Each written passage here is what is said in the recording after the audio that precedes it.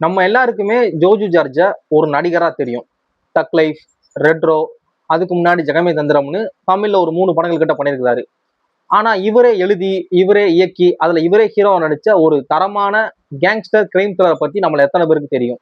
ஆமா. 2024ல மலையாளத்துல ரிலீஸ் ஆன படம் தான் பனி. இந்த படத்தை இவரே எழுதி, இவரே இயக்கி, இவரே நடிச்சிருக்கிறாரு. ஒரு முக்கிய குறிப்பு என்ன அப்படின்னா, சோனி லைவ்ல இந்த படம் தமிழ் டப்ல அவைலபிளா இருக்கு. இந்த படத்தோட ஸ்டோரி என்ன அப்படின்னா, ஜோஜுவும் அவரோட கேங்கும் திரிஷூர்ல வந்து ஒரு வெல்த்தான கேங்ஸ்டர். இவங்கள வந்து போலீஸால கூட ஒண்ணும் பண்ண முடியல. லீகலாவும் சரி, இல்லீகலாவும் சரி. ஸ்டேஷன் எல்லாத்துலயுமே இவங்க பேர்ல கேஸ் இருக்கு. ஆனா எதுக்குமே எவிடன்ஸ் கிடையாது. இந்த மாதிரி ரொம்ப ஒரு பவர்ஃபுல்லான கேங்ஸ்டரா இருக்கிறாங்க ஜோஜு அண்ட் ஜோஜுவோட கேங். இப்படி இருக்கிற இந்த கேங்ல ஜோஜுவோட ஒய்ஃப் கிட்ட 2 சின்ன பசங்க, 25 வயசு கூட இருக்க 2 சின்ன பசங்க வந்து அப்பதான் சும்மா சின்னதா ஒரு அசால்ட் பண்ணிட்டு வந்திருக்காங்க. அவங்க சின்னதா ஆள் தெரியாம ஒரு சின்ன பிரச்சனை பண்ணிடுறாங்க.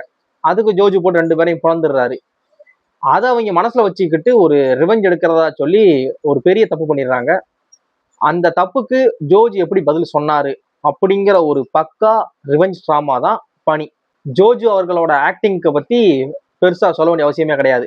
அவர் ஒரு சிறந்த ஆக்டர்.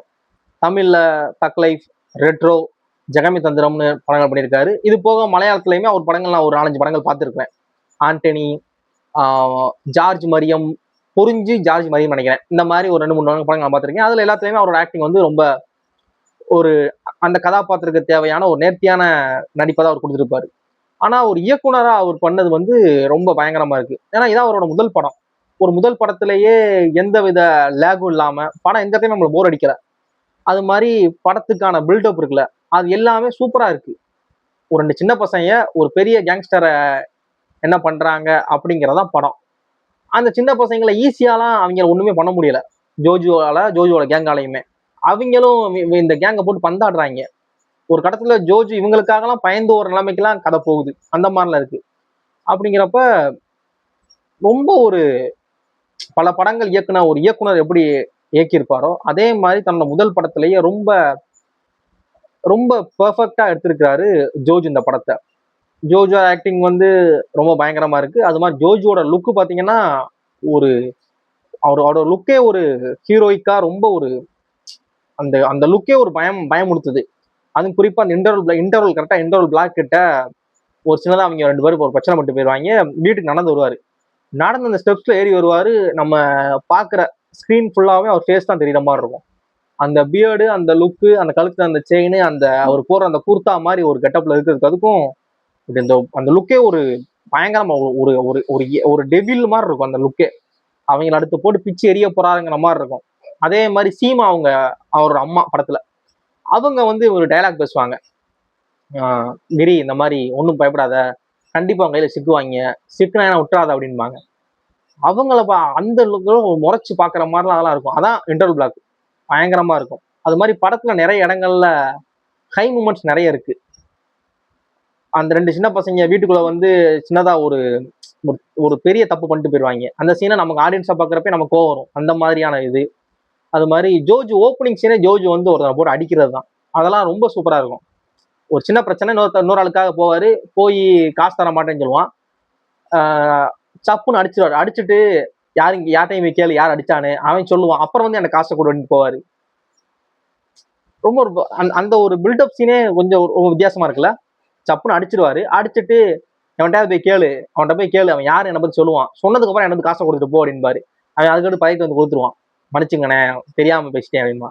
தெரிஞ்சு இருந்துக்கு அப்படின்பாரு. அதே மாதிரிதான் அந்த கேங்குமே ரொம்ப ஒரு வெல்த்தான ரொம்ப ஒரு பவர்ஃபுல்லான கேங். அந்த கேங்ல ஒரு 4 பேர் இருப்பாங்க. போலீஸால கூட அவங்களை ஒன்றும் பண்ண முடியாது. நிறைய கேஸ் இருக்கு, எல்லாமே இருக்கு. ஆனா அந்த கேங்கான எவிடன்ஸ் எதுவுமே யார்ட்டையுமே இல்லை. அவங்கள வந்து லீகலா ஒண்ணுமே பண்ண முடியாது, இல்லீகலா அவங்கள ஆட்ட கூட முடியாது. அப்படிங்கிறதுதான் ஜோஜுவோட நிலவரம். நடிகை அபிநயா இவங்க நமக்கு நாடோடிகள் இந்த மாதிரி பல படங்கள்ல தமிழ் நடிச்சிருக்கிறாங்க. இந்த மலையாள படத்துலயுமே ரொம்ப அவங்களோட ஆக்டிங்கை பத்தி சொல்ல தேவை, நிறைய படங்கள் நடிச்சிருக்காங்க. அப்படிங்கிறப்ப அவங்களோட அனுபவமே ஒரு பெரிய ரொம்ப ஈஸியா ஹேண்டில் பண்ணிடுவாங்க. இந்த படத்துல அவங்களுக்கும் ஜோஜுக்கு இருக்கக்கூடிய அந்த கெமிஸ்ட்ரி வந்து ரொம்ப அழகா இருக்கு, ரசிக்கும்படியா இருக்கு. இப்ப நம்ம இன்ஸ்டாகிராம்ல கூட நிறைய ரீல்ஸ் பாக்குறோம்ல, இந்த பழைய விண்டேஜ் சாங்கை போட்டு பாக்குறதுல நிறைய ஹில்ஸ் இவங்க இவங்க 2 பேரும் தான். இந்த கார்ல ஓட்டிட்டு போற மாதிரி, ஒரு கார்ல டிராவல் பண்ற மாதிரி, ஜோஜு அபிநயா உட்காந்து போற மாதிரி இருக்குல்ல, அது கூட இந்த படம் தான். அந்த மாதிரி நிறைய அந்த லவ் கெமிஸ்ட்ரி வந்து ரொம்ப நல்லா இருக்கு இவங்க 2 பேத்துக்குள்ள. அது மாதிரி படத்துல அப்படி ஒன்றும் பெரிய காமெடி சீன்லாம் கிடையாது. அது மாதிரி படத்துக்கு காமெடி சீன் தேவையும் படல. ஏன்னா நிறைய இடங்கள்ல படம் நம்மளை எங்கேஜா கொண்டு போறதுனால காமெடிக்கான ஸ்பேஸ் தேவையே இல்லை, அப்படிதான் இருக்கு. தேவையில்ல படத்துல காமெடி. அதுவுமே ரொம்ப கரெக்டா இருக்கு. படத்துல நிறைய ஹை மூமெண்ட்ஸ் இருக்கு. அது எப்படி அப்படின்னா, ஜோஜு வந்து ஓப்பனிங்ல அந்த 2 சின்ன பசங்க சின்னதா லைட் அடிப்பாரு, அந்த சீன் ஆகட்டும். சீமா வந்து ஜோஜுவோட அம்மா சீமா வந்து ஜோஜு கூட இன்டர்வல் கிட்ட சொல்லுவாங்க, ஆஹ் கிரி உங்ககிட்ட அவங்க மாட்டுவாங்க கண்டிப்பா, மாட்டுறப்ப ஒருத்தனை விட்டுறாத அப்படின்பாங்க, அந்த சீன் ஆகட்டும். அது மாதிரி கிளைமேக்ஸ்ல லிப்டுக்குள்ள வச்சு சீமாக்கு ஒரு ஃபைட் வரும். அந்த சீன்ல அவங்க வித்தியாசமா ஒன்று பண்ணியிருப்பாங்க. அதெல்லாம் பயங்கர ஹை மூமெண்டா இருந்துச்சு. அது மாதிரி படத்துல மாஸ் டயலாக்ஸ் இருக்குல்ல, அது எல்லாமே ரொம்ப சூப்பரா இருந்துச்சு. இன்ட்ரோடக்ஷனே வந்து போலீஸ்லாம் உட்காந்து ஒரு மீட்டிங் மாதிரி பண்ணிக்கிட்டு இருக்கப்ப திருச்சூர்ல யாரு பெரிய ஆள் அப்படிங்கிறப்ப கிரி அண்ட் கிரியோட கேங் தான் பெரிய ஆளு, அவங்க ரொம்ப மோசமான ஆளுக்க, அவங்க நம்மளால ஒண்ணுமே பண்ண முடியாது அப்படின்பாங்க. என்ன இப்படி பேசுறீங்க அப்படின்னா, ஆமா சார் அவங்க மேல நிறைய கேஸ் இருக்கு, ஆனா எதுக்குமே எவிடன்ஸ் கிடையாது, யாரும் சொல்லவும் மாட்டாங்க. அவங்க வந்து இந்த 4 பேர் தான் திருஷூரோட மெயினான அக்யூஸ்டே. நான் அவங்க பேர்ல எந்த எவிடன்ஸுமே இல்லை, அதனால அவங்கள ஒண்ணுமே பண்ண முடியாது. நம்ம லீகலாவும் சரி இல்லீகலாவும் சரி அவங்களால நம்மளை வந்து ஒண்ணுமே பண்ண முடியாது நம்மளால அவங்கள, அப்படிங்கிற மாதிரி இருக்கும்.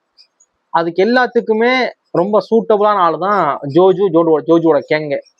இந்த கேங்ல எவ்வளவு வெல்த்தா இருக்காங்களோ அதை விட அதிகமா ஆள் பலம் இருக்கும் உங்க ஃப்ரெண்ட்ஸ் கேங்குள்ள.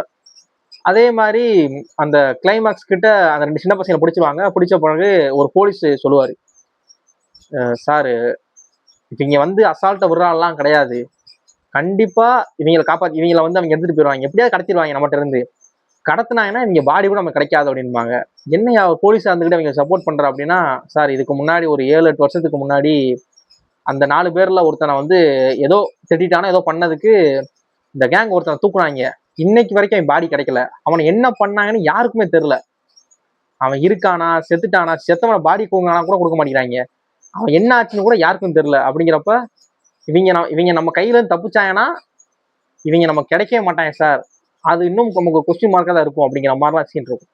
அது எல்லாத்துக்குமே சூட்டபிளா கிளைமேக்ஸ் வச்சிருப்பாங்க. அது மாதிரி கிளைமேக்ஸ் ரொம்ப சாட்டிஸ்ஃபைங்கா இருக்கும் அந்த கிளைமேக்ஸ் பாக்குறப்ப. அவங்க அந்த ரெண்டு சின்ன பசங்க வில்லன்களும் ரொம்ப அட்டுலியம் பண்ணியிருப்பாங்க. ஜோஜோட வீட்டுக்குள்ள வந்து அபிநயம் அபியூஸ் பண்ண ட்ரை பண்ணியிருப்பாங்க. அது மாதிரி ஜோஜோட ஃப்ரெண்ட்ஸ் எல்லாம் நிறைய பேரை கொண்டிருப்பாங்க அப்படின்னு. அவங்களுமே சும்மா கிடையாது, அவங்க 2 பேரும் சேர்ந்து இவங்களை போட்டு இந்த 4 பேரை போட்டு ஆட்டியிருப்பாங்க அங்கிட்டுன்னு. கடைசி அவங்களுக்கு ஜோஜு ஒன்று பண்ணுவார் கிளைமேக்ஸ்ல, அதெல்லாம் நமக்கு பாக்குறப்பயே இவங்களுக்கு தான் கரெக்ட், இவங்களை இப்படிதான்டா பண்ணணுங்கிற மாதிரி நமக்கே ஒரு திருப்தியான ஒரு சாட்டிஸ்பேக்ஷன் கிடைக்கும் அந்த கிளைமேக்ஸ் பாக்குறப்ப.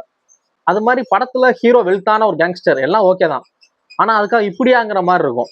ஸ்கோடா கார்ல ஒரு சீன்ல வருவாரு, அதுக்கு அடுத்த சீன்ல டிஃபெண்டர்ல வருவாரு, அதுக்கு அடுத்து பென்ஸ் பிஎம்டபிள்யூன்னு சொல்லி அவர் வர ஒவ்வொரு சீன்லயும் ஒவ்வொரு கார்ல வருவாரு. இதே மாதிரி அவங்க 4 பேர் கேங்குமே ஒரு வட்டம் டிஃபெண்டர், ஒரு வட்டம் ஆடி, ஒரு வட்டம் பென்ஸ்ன்னு சொல்லி ஒவ்வொரு சீன்லயும் அவங்க வர காரை பார்த்தீங்கன்னா அதுவே பெரிய லக்ஸுரி காரா இருக்கும். என்னதான்டா பண்ணுவீங்க அப்படிங்கிற மாதிரி இருக்கும். அதுவும் அந்த கார் கலெக்ஷன் எல்லாமே ரொம்ப ஸ்டைலா இருக்கும் அந்த கலெக்ஷன் எல்லாம் பாக்குறப்ப. 2 சின்ன பசங்க தான் படத்துல வில்லைங்க அப்படிங்கிறப்ப அவங்களுக்கு வந்து ஒரு பெரிய ஸ்கோப் இருக்காது.